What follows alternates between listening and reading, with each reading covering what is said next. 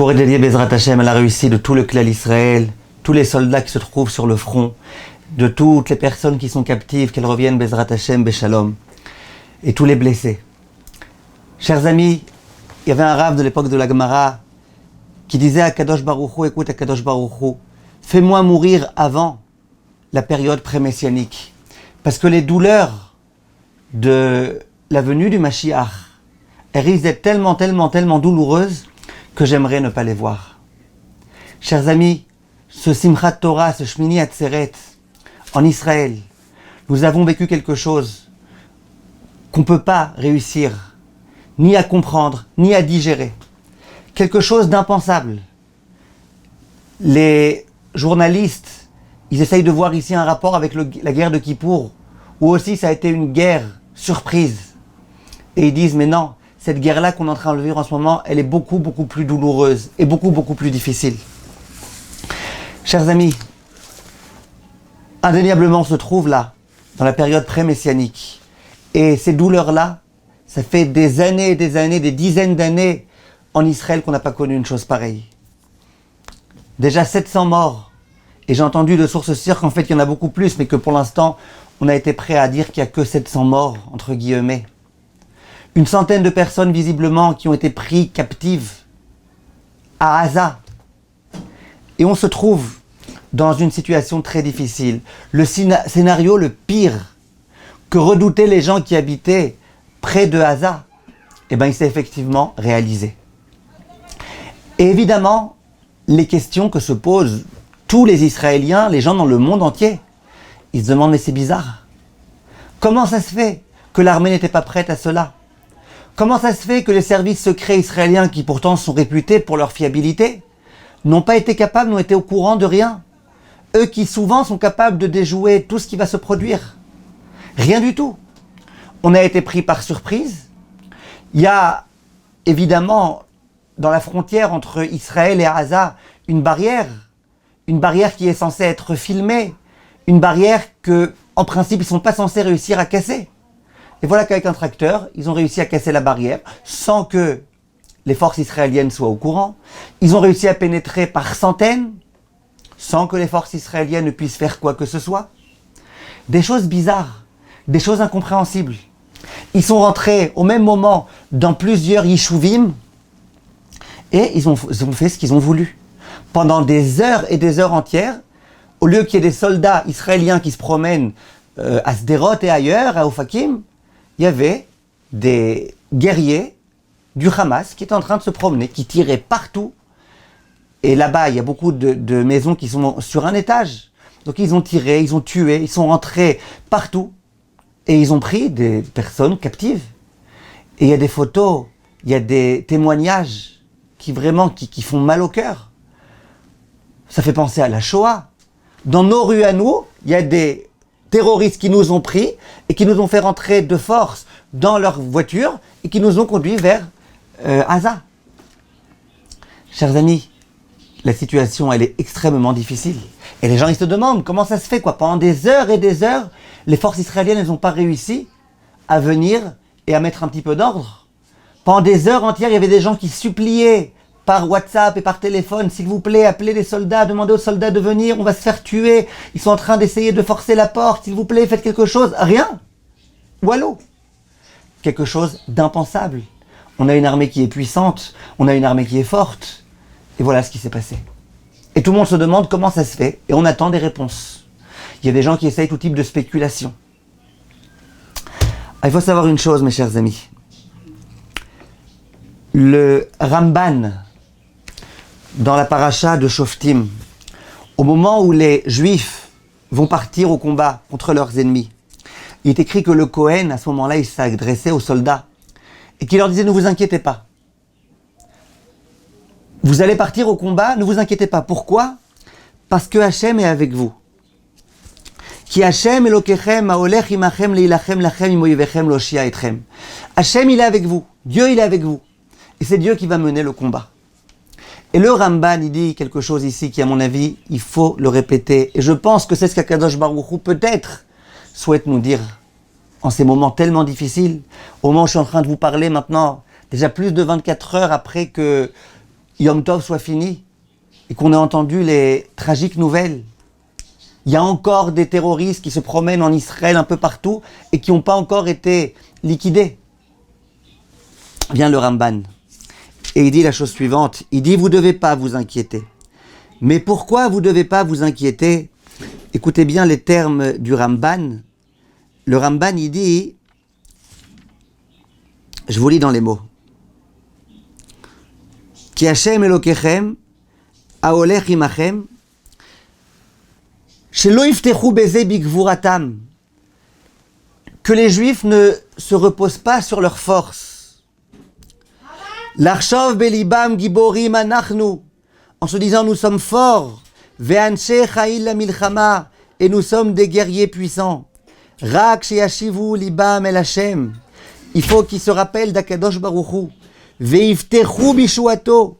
Et qu'ils sachent que c'est Akadosh Baruch Hu qui va les aider, les sauver. Ve'yachshevu ki lo bigvorat asu serpat ve'lo beshokei shirtze.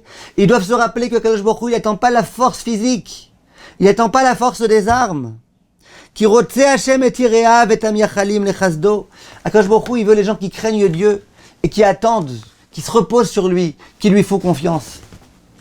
Mes chers amis, l'une des choses dont Akadosh Baruch Hu a horreur, c'est lorsque les Juifs pensent et disent « Nous sommes forts, nous sommes puissants, nous avons une armée très puissante, nous sommes très forts, nous pourrons réussir à vaincre. » Akadosh Baruch Hu, il a horreur de ça.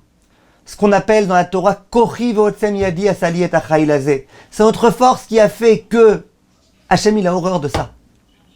Hachem, il dit, j'ai pas besoin que vous soyez nombreux, j'ai pas besoin que vous soyez puissants, j'ai pas besoin que vous soyez l'armée la plus puissante du monde. Rappelez-vous de ce qui s'est passé à l'époque des Hashmonaïm, qui ont réussi à vaincre des armées grecques tellement puissantes, or qu'eux, ils étaient tellement peu armés. Hachem, il n'attend pas ça de nous. Et le grand problème, mes chers amis, que nous avons, et ça, beaucoup de Gdolé Israël le disent, c'est que, malheureusement, au lieu de se reposer sur Hachem, on se repose sur nos forces. On sait que de toutes les façons, il n'y a rien à craindre, puisque de toutes les façons, on a une armée tellement puissante et qu'on a des services secrets tellement puissants, etc., etc. Ou alors on se dit, bon, mais de toutes les façons, à l'époque, on se disait, ces terroristes, ils sont pas puissants, ça va, c'est des terroristes. Hey, nous, avec notre armée, face à ces terroristes, laisse tomber, il y a pas d'angoisse à avoir. Et là, on voit comment c'est pas simplement des terroristes, c'est un commando, c'est des guerriers très puissants. Ils ont fonctionné avec stratégie. D'un premier temps, ils ont envoyé des roquettes pour que les soldats, au lieu d'être concentrés sur ce qu'ils allaient vraiment faire, ils soient concentrés sur les roquettes. Et que les gens, ils se cachent dans les abris. Et voilà ce qui s'est passé finalement. Ils ont fait tout type d'autres stratagèmes. Ils ont envoyé aussi des soldats en parachute. Mais en fait, la véritable entrée qu'ils ont fait, et qui était prévue, et qui était programmée, et qui était extrêmement bien programmée au moindre détail, eh ben, elle s'est produite. Ça veut dire qu'ils sont puissants. Et le Sforno, il le dit, on ne demande pas au Ham Israël de ne pas avoir peur des ennemis parce que les ennemis ne sont pas puissants. Ils sont puissants. Mais nous, on doit savoir qu'on a Akadosh Baruch Hu avec nous. Et là, d'un coup, l'impossible se réalise. Personne n'arrive à comprendre. Personne n'arrive à y croire. C'est un cauchemar qui s'est passé là. Impensable, impossible. Nous, on pensait que même s'il y a des ennemis qui viennent, ça va, en une demi-heure, en une heure, ça y est, on réussira à nouveau. Rien. Qu'est-ce qu'on est en train de voir ici? Akadosh Baruch Hu, visiblement, il veut nous rappeler. Arrêtez de vous reposer sur la force de vos soldats. Arrêtez de vous reposer sur la force de la barrière. Arrêtez de vous reposer sur la force des services secrets. Comme quelqu'un m'a dit tout à l'heure, s'il y avait eu une de ces choses qui était vraiment là, il n'y aurait pas eu tout ce qu'il y a eu. Si jamais les forces secrètes, elles étaient vraiment puissantes, eh ben, il n'y aurait pas eu ce qu'il y a eu. Et même si les forces secrètes, elles n'étaient pas là, mais qu'il y avait des soldats qui étaient assez forts, il n'y aurait pas eu tout ça. Si jamais il n'y avait pas de barrière qui pouvait être cassée comme ça en un instant sans que personne soit au courant, il n'y aurait pas eu tout ça. Ils sont puissants, mes chers amis. On a affaire à des ennemis puissants.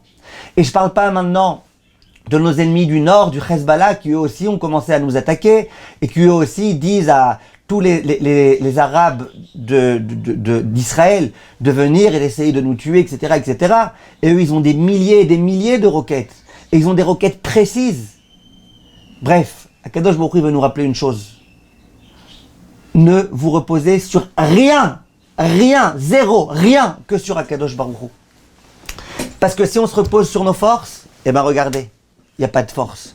Et ce qui s'est passé ici, ça peut, chas v'shalom, Hashem Yishmor, ça peut se passer ailleurs, et ça peut se reproduire, et ça peut être un exemple. Et s'ils ont des stratégies qu'on n'a même pas encore réussi à déjouer, ils peuvent s'en resservir. Rabota, la situation est très très difficile, quelque chose de jamais vu. La seule chose que nous avons, mes chers amis, c'est de se reposer sur Akadosh Baruch Hu.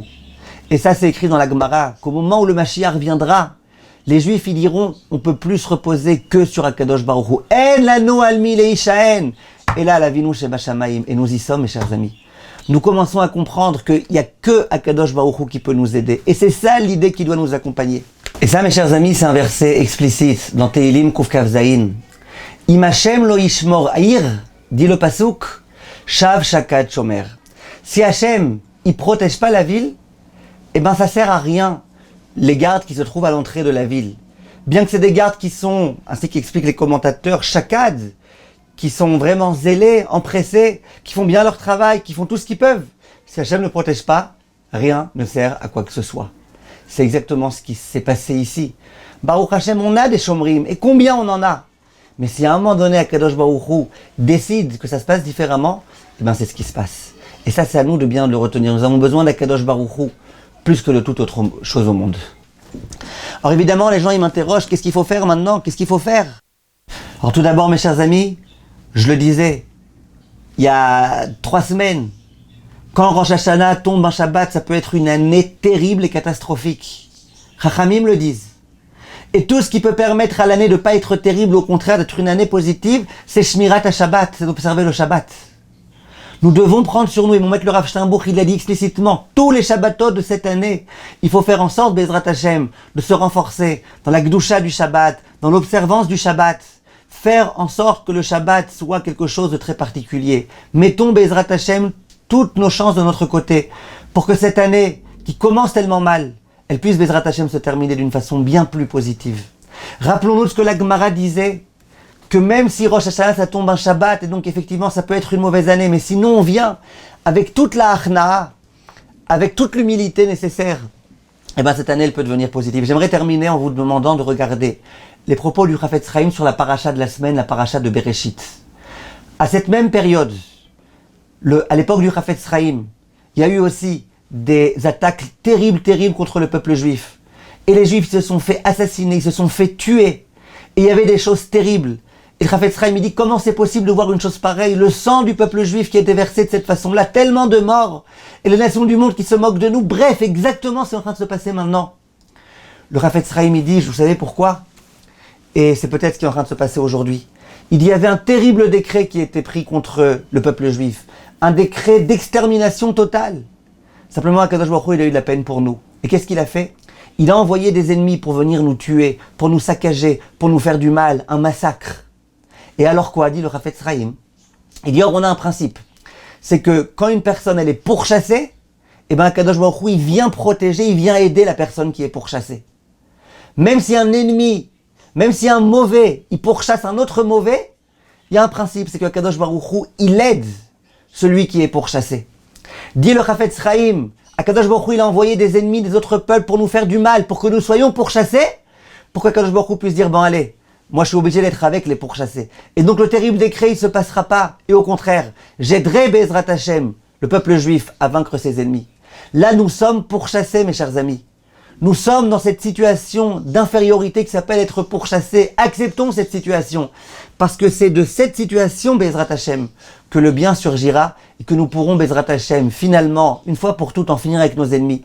Et sachons bien, mes chers amis, qu'il n'y a que le Mashiach qui pourra venir nous aider et nous sauver. Que le Mashiach. Les forces israéliennes, elles ne savent pas quoi faire. Elles ne savent pas quoi faire. Même exploser tout à Gaza, c'est maintenant impossible. Puisqu'il y a une centaine de personnes juives qui sont à Gaza. De rentrer et de menacer, eux aussi, ils nous menacent. Ils nous menacent que si on fait n'importe quel faux pas, ils vont tuer nos captifs. Situation impossible. Personne ne sait quoi faire. Le seul qui pourra, Bezrat Hashem, nous sauver, c'est Akadosh Baruch Hu. Il pourra nous envoyer le Mashiach et Bezrat Hashem, qu'on en finisse avec toutes ces difficultés-là. Mes chers amis, renforçons-nous surtout en Tfila. Et surtout en Emouna. Emouna, tout ce qui s'est passé, ça vient d'Akadosh Baruch Hu. On n'a pas de questions. On ne peut pas comprendre. Il y a quelque chose qui est en train de se passer. Akadosh Baruch Hu, il s'adresse à nous. La Emouna, c'est de comprendre que tout est entre les mains d'Hachem. Et la Emouna, c'est d'accepter que nous sommes rien sans Akadosh Baruch Hu. Et que nous arrêtions complètement de nous reposer sur notre propre force. Be'atzlacha, mes chers amis, et qu'on n'entende que des bonnes nouvelles. Amen ve Amen.